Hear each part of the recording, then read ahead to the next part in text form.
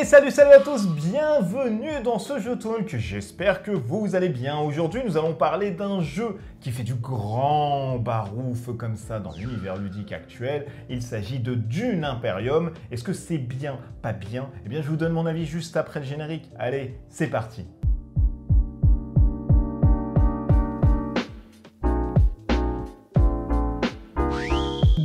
Imperium, un jeu de 1 jusqu'à 4 joueurs pour des parties qui avoisinent les 60 à 90 minutes. Vous pouvez retrouver ça chez Direwolf, mais c'est surtout chez les Lucky The Games que vous allez pouvoir trouver le jeu en VF, une boîte qui m'a été envoyée pour vous présenter un peu la chose et vous donner bien évidemment mon avis. C'est un jeu qui va sortir incessamment sous peu, je pense fin juin, vous allez pouvoir l'avoir. Pour une quarantaine d'euros, je crois que c'est même 45 à peu près. Et c'est un jeu qui mêle deck building ainsi que pose d'ouvriers. Vous allez voir, c'est quand même assez intéressant, bien que je ne suis pas du tout aficionados des jeux de pose d'ouvriers. Laissez-moi vous conter le monde de Dune, vous savez, ce roman un peu que tout le monde connaît ou alors pas du tout, et que je vous invite à lire et que je m'invite moi-même à lire parce que je n'ai pas encore lu la chose, de Monsieur Herbert. Nous sommes dans de la science-fiction où mélange épices se côtoient pour justement essayer de gouverner l'univers. Et oui, il est dit que celui qui contrôle l'épice et ce mélange pharaonique contrôle l'univers entier. Et il s'avère que cette épice, je vous le donne dans le mille, se trouve sur la planète de Dune. Cette planète où, avec des vers géants, où règne le chaos, où règne la politique et la manigance, tout le monde convoitise l'épice ancestrale pour justement arriver à ses fins et contrôler bien évidemment tout cet univers galactique. Et c'est au travers de différentes choses que vous allez pouvoir manigancer, trahir les autres, faire des complots pour arriver à 10 points de victoire. Et celui qui arrive à 10 points de victoire contrôle l'univers, contrôle l'épice. Et tout ceci, je vous le donne en mille pour une boîte à 45 €. Elle est pas belle la vie? Eh oui, bien évidemment. Allez hop, on se fait un petit focus dessus. Voici grosso modo ce que vous allez avoir dans une boîte de Dune Imperium, ce jeu de Paul Denham qui va mêler trahison, qui va mêler complot et qui va surtout mêler assez habilement le deck building et la pose d'ouvrier.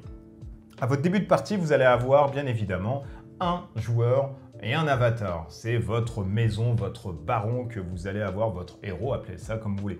Ici, nous allons avoir Paul Atreides, c'est celui qui est le personnage un peu emblématique, mais il y a aussi Helena Riches, la comtesse Ariana Toxicomane, le comte Nemnon, le Glossu, la bête raban de la maison Harkonnen, ici le baron Vladimir, personnage emblématique de la maison Harkonnen, le comte Ilban Riches, le duc Leto Atreides et ensuite Helena Riches, bien évidemment, on revient dessus. Je vais vous montrer encore une plaquette. Pourquoi? Parce que vous allez avoir deux pouvoirs. Un qui s'active ici avec votre chevalière. C'est une carte que vous allez pouvoir jouer puisqu'il s'agit d'un deck building. Vous allez avoir un starter à votre départ. Et ici, un pouvoir qui va s'activer quand vous le souhaitez, etc. Ou alors avec une condition qui est demandée. Donc par exemple, ici, les agents ennemis ne bloquent pas vos agents sur les emplacements bleus ainsi que verts. Donc ouais, ça c'est assez sympa. Chaque joueur va arriver avec ces petits cubes ici qui représentent sa force militaire. Il va en mettre 3 dans sa cargaison de part et d'autre. Et vous allez commencer avec soit des ressources qui vous est directement données, des petits drapeaux de contrôle de zone, mais aussi avec 2 ouvriers. Les ouvriers des agents qui vont vous permettre d'être déployés sur les différentes cases que vous voyez du plateau pour faire différentes choses, etc.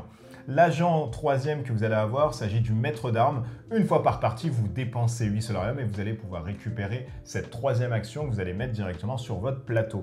Chaque joueur va aussi constituer sa main de départ de 5 cartes parmi son deck qui se trouve ici, un starter commun à tout le monde, de 10 cartes. Donc vous mélangez tout ceci et vous êtes ensuite fin prêt à jouer. Comment se passe un tour de jeu? Vous allez voir que c'est super simple. Vous allez avoir un début de manche où nous allons résoudre, entre guillemets, un conflit. C'est-à-dire que là, le conflit actuel va vous donner 3 possibilités. Dès lors que vous allez gagner une bataille ici à la fin de ce tour-ci, le premier va gagner 1 point, bien évidemment, de victoire, sachant que si vous arrivez au 10, vous gagnez directement la partie. Le deuxième va récupérer une carte d'intrigue qui vont vous permettre de déjouer des complots, qui vont vous permettre de renforcer votre statut militaire ou d'autres choses en fin de partie. Et le troisième qui s'active uniquement dans des parties à 4 joueurs. Si vous jouez de 1 jusqu'à 3 joueurs, vous ne vous prenez pas la tête avec la 3e récompense. Des plateaux ici d'alliance. Quand vous allez interagir et mettre, entre guillemets, une un agent sur une des actions, vous allez faire augmenter l'alliance de 1. C'est un peu votre affluence sur cette maison ici. Dès que vous arrivez sur le point de victoire, vous récupérez le point de victoire. Et si vous arrivez directement au summum ici, vous récupérez à la fois le bonus, mais le jeton alliance ainsi que le point de victoire. Donc vous augmentez et vous augmentez. Attention toutefois, si vous descendez, vous perdez directement votre point de victoire. Et si vous êtes au top et quelqu'un est supérieur à vous, vous lui donnez votre jeton d'influence, entre guillemets, d'alliance, et vous lui donnez surtout votre point de victoire. Donc attention bien évidemment à tout ceci. Une fois qu'on a révélé la carte, on commence avec le tour des joueurs.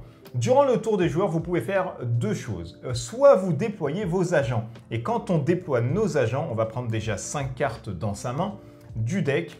Et quand on déploie ces agents, on peut le faire uniquement avec les cartes et les icônes que vous avez ici. Et là, vous vous dites tout de suite, ah ouais, ça va être intéressant, il va falloir deck builder par rapport où on veut aller. C'est exactement ça. Vous allez avoir des lieux où vous allez pouvoir envoyer justement vos agents. Agents qui vont vous permettre de récupérer de l'épice, qui vont vous permettre de vous déployer de manière militaire pour justement gagner le conflit, qui vont vous permettre de vendre de l'épice, qui vont vous permettre d'accéder aux conseils ou qui vont vous permettre justement d'augmenter votre influence, en plus bien évidemment des choses que vous allez faire à côté. Chose qui est aussi sympa, donc on va avoir une couche par rapport à celle-ci. Quand vous allez déployer vos agents, vous allez faire l'effet de la carte ici en gris. C'est ce qu'on appelle l'effet de déploiement. Alors peut-être que là, ça ne se dit pas, mais on peut détruire une carte. Ici, par exemple, si je prends, hop, Alec, vous voyez que si je déploie quelqu'un dans la zone bleue, uniquement dans la zone bleue, parce que c'est uniquement cette carte qui me permet de le faire, je vais gagner tout de suite 2 cubes militaires et je vais piocher une carte. Donc vous voyez, c'est intéressant. Ici, on a le coût de la carte. Et en dessous, ce sont les effets de révélation qui vont arriver une fois que vous arrivez à la phase de révélation. Comme je vous l'ai dit, soit on joue ses agents à tour de rôle. Donc le joueur 1 va jouer par exemple ici Paul va se dire bah tiens, moi je vais venir faire ça ici à la recherche d'alliés et je vais me mettre avec l'Empire. Je vais récupérer par exemple 2 solariums ici que je vais mettre là-dessus et je vais faire augmenter, hop, ma faction de 1 là-dessus. Par contre, je détruis cette carte, donc elle ne reviendra pas. Et vous voyez l'aspect deck building commence à se mettre en place où vous allez pouvoir détruire, piocher, etc. Ensuite, on passe à un autre joueur, etc. Mon tour revient. Eh bien, je peux dire par exemple, bah voilà, Paul va encore user de stratagème. Il va se mettre sur une zone verte. Il va se dire par exemple, bah tiens, maintenant je me mets ici. J'ai à la fois un d'argent, une influence pour plus tard pour acheter durant ce tour-ci des cartes. Et j'ai surtout un cube militaire. Quand je prends un cube militaire, je le mets directement là-dessus. Par contre, si vous êtes dans une zone avec du combat et vous récupérez un jeton militaire, ou 2 ou plusieurs, vous avez le droit de les mettre directement ici ou une partie, et vous avez le droit d'en mettre jusqu'à 2 de la cargaison ici et les déployer. C'est ce qui va vous permettre de faire des choses supplémentaires. Et j'ai ma chevalière. Avec la chevalière, on me dit que Paul, à tout moment, lui, il peut regarder de façon une carte. Je peux la regarder. Bah tiens, ça, on va dire que ça m'intéresse pour acheter encore des choses. Eh bien, je vais la piocher. Donc, vous voyez, ça vous permet de faire des trucs assez supplémentaires, assez sympas. Une fois que vous avez déployé tous vos agents, vous avez la phase de révélation ou alors si vous ne voulez pas déployer vos agents, vous avez aussi la phase de révélation. Phase de révélation qui vous permet de révéler des cartes et qui vous permet d'acheter des cartes ou alors d'avoir des effets en dessous. C'est-à-dire que là, j'ai 2, 3, 4 et 5. Je peux acheter pour 5. Donc, je pourrais prendre par exemple l'ambassadeur de la guilde, qui est la guilde spatiale, ou alors prendre ici des cartes de générique. Donc là, j'ai 4, admettons, voilà, je mets ça dans ma défausse. Je remets tout de suite une carte, vous voyez, et là, j'ai les alliances changeantes. S'il me restait 3, bien évidemment, je peux acheter cette nouvelle carte, etc. C'est comme un deck building simple. Vous achetez et vous usez jusqu'à la fin. Et c'est là où c'est intéressant, parce que vous arrivez à entrevoir un peu la chose. Soit je garde mes cartes, justement, et je ne joue pas d'agent pour avoir de l'argent supplémentaire et essayer voilà, d'acheter plusieurs cartes ou acheter l'épice doit couler à 9 qui me permet d'augmenter de manière significative mes points de victoire.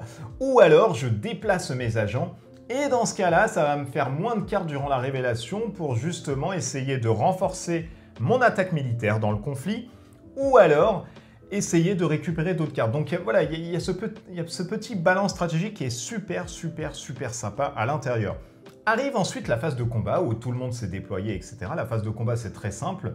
Pour chaque jeton que vous allez avoir directement sur la zone de combat, ça va coûter 2 en pouvoir. C'est-à-dire que là, la maison rouge va avoir 4 en pouvoir, on met le 4 ici. La maison orange va avoir par exemple 4 aussi en pouvoir, on la met là. Et la maison verte pardon, va avoir uniquement que 2. Donc on va le mettre là ici. Mais ce n'est pas fini, parce que c'est à ce moment-là où vous allez pouvoir jouer des cartes d'intrigue qui vont soit pouvoir être jouées durant le complot, donc avant justement de résoudre le combat durant le tour des joueurs, ou alors durant le combat armada allié, si vous avez une alliance de faction, comprenez voilà, que vous avez le jeton, eh bien vous payez 2 épices, et là vous voyez, vous gagnez 2, 4, vous gagnez 7 en combat, donc vous allez augmenter ça de 7. Et ça se joue en combat en disant, tiens, hop, voilà, j'ai mon armada allié, tu ne peux pas, les Fremen sont avec moi. Ou alors vous dites, bah non, hop, il y a un départage, maintenant vous avez 2 aussi supplémentaires. Il y a des choses que vous pouvez jouer en fin de partie aussi, donc c'est très intéressant ce petit deck d'intrigue. Deck d'intrigue qui va vous permettre de récupérer des cartes ici chez l'Empereur ou alors dans les secrets de Bene Gesserit. Une fois que vous avez fait tout ceci, donc on passe des tours des joueurs, on a la phase où on va poser des ouvriers ou pas du tout. La phase de révélation, on va pouvoir acheter des cartes et faire d'autres choses puisqu'il y a aussi des cartes qui ont des effets comme vous pouvez le voir ici avec le chevaucheur des vers de vous renforcer votre statut militaire. Ou alors vous dire, bah non, bah je veux juste garder pour acheter plus de cartes. Le combat, une fois que le combat est fini, vous récupérez, hop, mais pas dans la cargaison, en fait c'est des gens qui sont morts directement. Eh bien, les unités qui ont été déployées ici sur le plateau. Ensuite, on a la phase de faiseur. Alors, la phase de faiseur, c'est très simple. Vous allez avoir des vers qui se trouvent ici, les vers de terre dans la grande étendue, le bassin de Haga, ainsi que le bassin impérial. S'il n'y a pas d'agent ici, vous allez rajouter directement, hop, une épice. En fait, le ver va produire de l'épice. C'est-à-dire que là, vous allez gagner 2, là, vous allez gagner 3, et là, vous allez gagner 4. Par contre, s'il y a déjà un agent ici, dans ce cas de figure-ci, hop, vous ne mettez pas directement de choses. Ensuite, on a la phase de rappel, on récupère l'ensemble de ces choses, et on donne le token ici, eh bien, premier joueur à l'autre joueur. Bien évidemment, on va résoudre ici les effets de fin de ronde, à savoir qui a gagné la bataille, etc. Un autre conflit va arriver, avec bien évidemment d'autres choses à faire. L'autre joueur va venir se déployer, récupérer des choses, aller augmenter a fortiori vos influences, vous allez des fois baisser, vous allez des fois récupérer des statuts super importants dans les dernières batailles où vous allez contrôler la zone qui va vous donner des points supplémentaires. Vous allez pouvoir vendre votre épice, vous allez pouvoir faire le haut conseil, rallier des troupes, faire le manta pour récupérer une carte et surtout un jeton supplémentaire qui va vous permettre de faire autre chose à côté. Donc plein de choses que vous pouvez faire de manière stratégique, soit acheter des cartes, soit bien évidemment contrôler les zones, enquiquiller les autres, etc. À savoir que quand vous jouez en solo ou à 2 joueurs, vous allez avoir la maison Agal. Attention, même si le deck est directement destiné entre guillemets à jouer 2 ou 1 ottoman entre guillemets, eh bien vous allez avoir une application qui vous permet de simuler ce deck. Donc si vous ne voulez pas tirer à chaque fois des cartes, puisque dès que le tour de quelqu'un arrive, par exemple si on a la maison ici Riches, Paul a joué, voilà, il s'est mis par exemple sur Carthage, il a gagné une phase militaire, il en a 2, il en met 2 ici, et il gagne bien évidemment une carte d'intrigue, voilà, on met ça ici. Eh bien, Helena, elle, à son tour de jeu, hop, va récupérer une carte, la récolte d'épices, envoyer un agent sur l'emplacement ayant le plus d'épices bonus. Donc Helena, elle, si c'est le joueur par exemple vert, elle va arriver, elle va se mettre sur la grande étendue, et elle va récupérer 4 épices. Alors vous allez me dire, mais ça sert à quoi quand l'automat est là? Ça sert que quand il a un certain nombre d'épices, de solarium ou de gouttes d'eau, il va en fait les dépenser pour augmenter. Donc c'est une course au point de victoire, etc. Vous n'allez pas avoir la tension que d'autres joueurs ou alors on va dire la tension et surtout l'effet un peu tendu que vont vous mettre et le stress que vont vous mettre les autres joueurs. Et vous faites tout ceci jusqu'à gagner la partie ou alors bien évidemment la perdre. Allez hop, on dézoome et je vais vous donner mon avis sur Dune Imperium avec bien évidemment les points positifs ainsi que les points négatifs. Alors moi, vous savez, c'est pas un jeu que j'affectionne, donc c'est vraiment là en toute neutralité, il n'y a rien. Déjà qu'à la base, j'essaye de m'externaliser de cette coquille de joueur pour vous donner un truc très neutre. Là, c'est d'autant plus. On commence par le premier point positif. Le livret de règles, il est très bien fait. Vous me connaissez un peu, hein, moi je pinaille sur les règles, je déteste quand c'est mal fait. Mais quand c'est bien fait, il faut aussi le dire, c'est très clair, c'est une quinzaine de pages, c'est très simple. Il y a les guides des icônes à côté, il y a un tout petit peu d'historique ici, mais bon, on reviendra aussi là-dessus, vous allez voir le pourquoi du comment. C'est très épuré, je l'ai lu en une fois, ça a 20 minutes à peu près, et on comprend tout directement, il n'y a pas d'effet brouillon, de flou, donc ça marche très bien. À noter que vous allez aussi avoir un mode solo et bien évidemment un mode à 2 joueurs qui est aussi expliqué, la mise en place, etc. Donc ça marche très bien, il n'y a pas de problème là-dessus, donc un bon livret de règles. Autre point positif dans ce jeu, c'est la mécanique que vous allez avoir, une mécanique très solide, bien huilée, bien ancrée sur l'effet de la dualité de la carte. Est-ce que la carte, vous allez la jouer pour vous déplacer avec vos agents ou alors vous allez la garder durant la phase de révélation pour soit avoir une puissance militaire ou avoir un effet quelconque. Je trouve ça très intelligent, ce système-là de dualité des cartes. Vous n'allez pas avoir une carte morte, entre guillemets, elle va toujours vous servir soit à avoir de l'argent, soit à vous déployer. Et à un moment donné, il y a de vrais choix qui se font à l'intérieur de ce Dune Imperium, si bien que vous allez vraiment réfléchir en amont en se disant « Ok, lui est parti là-bas, est-ce que je ne pourrais pas temporiser un tout petit peu ce tour-ci en faisant celle-ci ?» Mais à côté de ça, il y a cette carte qui m'intéresse. Ah, c'est compliqué. Donc de manière très habile, on mêle ici le côté deck building avec le côté pose ouvrier. Et c'est vrai que les deux ça donne un mariage assez sympathique qui, moi, m'a plu et que je note d'ailleurs dans les points positifs. Autre point positif qui est lié justement à cette mécanique qui est très particulière, à savoir le deck building et la pose d'ouvrier, c'est surtout le stress que va générer cette mécanique autour de la table. C'est-à-dire qu'il va falloir bien jouer avec parcimonie ces cartes. Alors attention, et si je vais trop dans les alliances, quelqu'un va me dire « Hop, hop, hop, hop, toi tu montes trop vite, je vais essayer soit de descendre l'alliance, ou alors je vais augmenter pour justement prendre l'ascendant. » Vous allez contrôler des zones, la personne va vous dire « Ouais, au prochain tour, je suis le premier joueur, je vais aller directement là-bas parce que ça fait 2 tours quand même, tu fais des trucs un peu bizarres. » Le contrôle militaire, ou alors le contrôle des cartes en vous disant « Je vais dans une optique full deck building, et du coup, ça va me permettre d'acheter des cartes, et à côté de ça, de fluidifier mon deck, d'acheter, pour à chaque fois prendre l'épice coulera à flot, etc. et d'avoir un point de victoire à chaque fois que vous dépensez 9, etc. Donc je trouve ça très intelligent, à la fois de la tension, de vrais choix stratégiques, et c'est très tactique aussi. On se dirait comme ça à peu près à première vue, ouais, bon, on va poser, on va récupérer. Non, vos choix déjà sont imposés par vos cartes, entre guillemets, et à côté de ça, vous vous dites, ouais, mais si je vais là-bas, eh bien c'est quand même 2 thunes que je ne vais pas avoir à ce tour-ci, donc qu'est-ce que je dois faire vraiment? Donc il y a de vrais choix, c'est un petit puzzle cérébral assez sympa qui se fait autour de la table avec une vraie tension bien évidemment, vous l'avez vu à l'intérieur. Ceci étant fait, bien évidemment, nous allons passer maintenant au point négatif du jeu. Il y en a aussi, bien évidemment, même si le jeu comme ça paraît solide, il y a bien évidemment des choses qui ne vont pas, en tout cas pour ma part, à l'intérieur. Le premier truc qui ne va pas vraiment à l'intérieur, c'est le plateau. Alors effectivement, ils nous ont tout fait pour rentrer un peu dans Dune.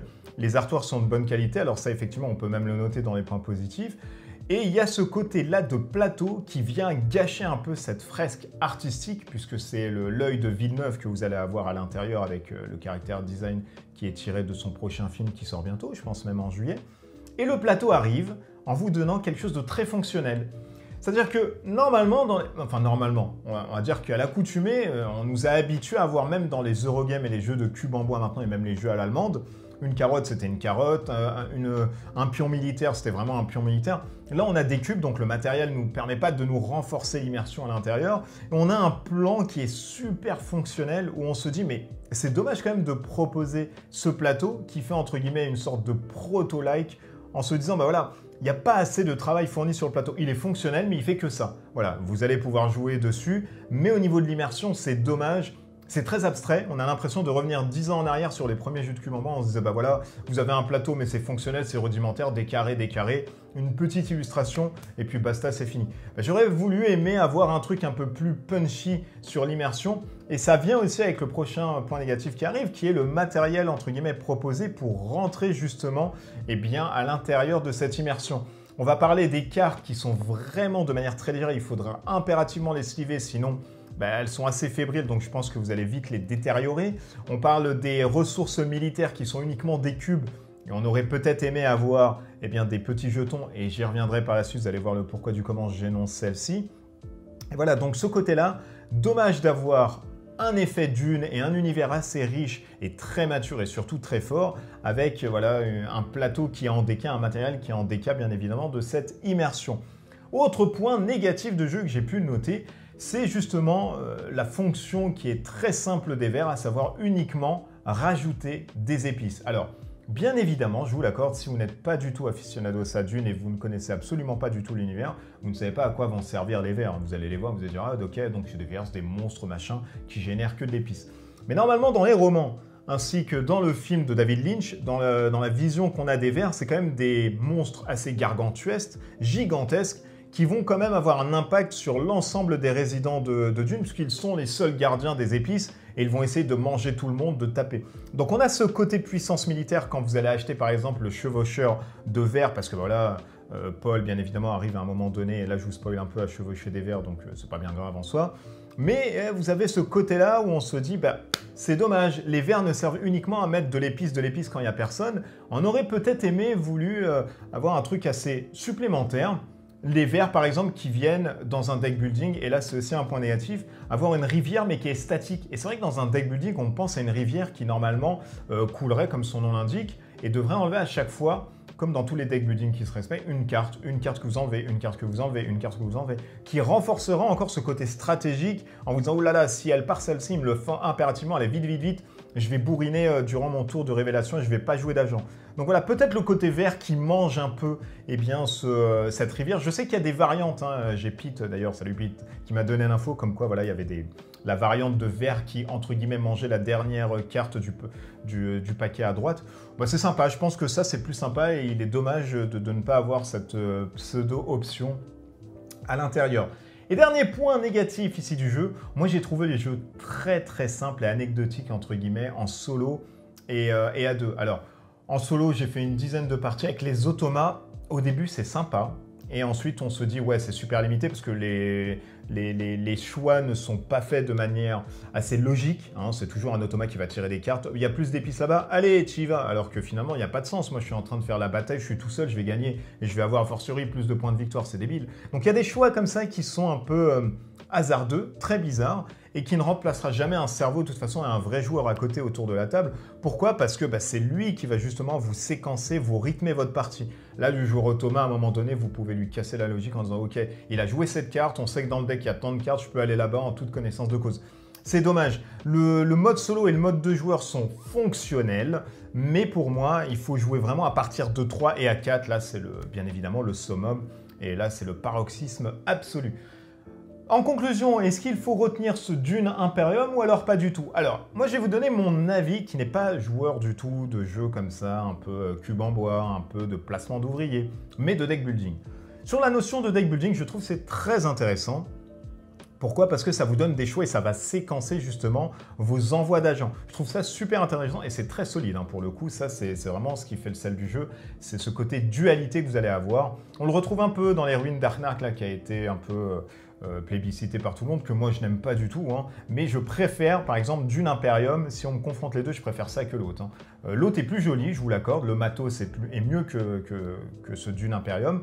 Mais je préfère quand même ce Dune Imperium sur ce côté-là. Donc entre les deux, si vous hésitez, sur la méca, moi je dirais de partir là-dessus. Encore une fois, ce n'est qu'un mon avis, attention, il faut que vous sortez avec l'idée en tête à la fin de cette vidéo où vous faites votre propre avis et analyse critique par rapport à ce que je vous ai montré. Est-ce que ça vous plaît? Pas du tout. Et n'allez pas en vous disant oui, bah, il dit il faut y aller, il faut y aller. Non, ça ne serait pas à faire du tout et ça ne sert à rien. Ne m'écoutez jamais pour le coup si vous partez là-dessus. Mais voilà, vous avez ce côté assez stratégique. Vous avez de la tension. De la tension malheureusement qui arrive à partir de 3 et 4 joueurs. 4 joueurs, c'est le summum.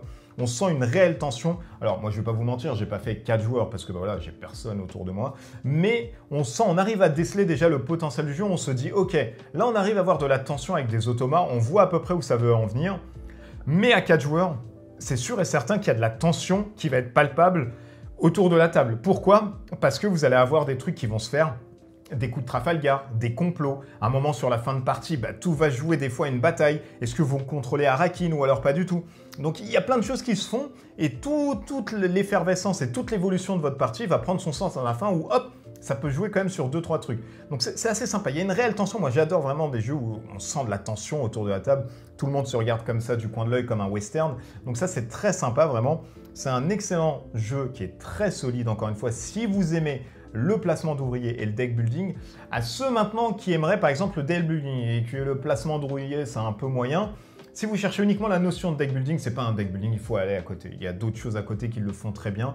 Même en solo, ça ne sert à rien de vous procurer ce jeu si vous allez jouer uniquement en solo. En solo, il y a plein de trucs qui se font très bien à côté, sans vous prendre autant la tête, etc., qui marchent très bien. Donc voilà, moi je le conseille à 3 et 4 joueurs.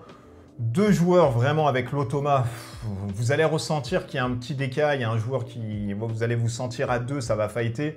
Le joueur automate, il peut vous créer des surprises à un moment donné, vous prendre la tangente en disant « Waouh, il a fait une combo assez de ouf », mais c'est pas voulu. Donc il n'y a pas un vrai sentiment stratégique en amont. Le jeu offre plusieurs stratégies, c'est pour ça c'est dommage de s'enlever un pool de joueurs, de vrais joueurs, puisque avec l'ensemble des stratégies qu'il propose, soit vous faites du deck building et du coup vous allez gagner de l'argent, et vous allez acheter des cartes pour augmenter dans vos points de victoire, soit vous jouez le contrôle de zone et vous vous enquiquinez les autres, vous les ralentissez. Avec les pouvoirs spéciaux des personnages, c'est assez sympa parce que chacun est assez thématique et je pense qu'il y a une réelle notion de gameplay à faire autour d'un personnage. Le comte, lui par exemple, dès que vous allez payer quelque chose, vous allez récupérer une carte, donc ça c'est très sympa. Paul, lui, il peut regarder à n'importe quel moment durant son tour une carte du dessus de son deck. Du coup, c'est une info que les autres n'ont pas. Et lui, il peut se dire, ouais, cette carte, je vais peut-être la prendre plus tard parce que là, elle me sert à rien, je vais temporiser ma pioche. Donc, il y a plein de choses qui se font. C'est très intelligent, c'est très sympa, c'est très solide comme jeu.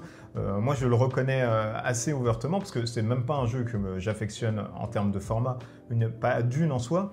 Mais voilà, il y a plein de trucs à côté. Moi, le truc qui me chagrine, entre guillemets, c'est ce côté où au mois d'août 2021, il y a les précos qui sont lancés. On va vous proposer pour une 50aine d'euros de changer tous les pions. C'est une sorte de kit upgrade où les pions vont devenir des soldats et les tokens que vous allez positionner vos agents, c'est des petites figurines. Et on se dit, voilà, il faut repasser encore à la caisse pour avoir un truc fonctionnel. À 100 balles, on va avoir finalement un truc assez thématique. Donc pourquoi ne pas l'avoir sorti en version, entre guillemets, directe à 90 € avec tout d'un coup et laisser le choix aux gens. Donc voilà, là, c'est vrai que quand vous jouez au truc, vous dites « Ah, c'est dommage ». À côté de ça, vous voyez le truc, vous dites « Bon, je vais peut-être l'acheter parce que ça me renforce un peu l'immersion ».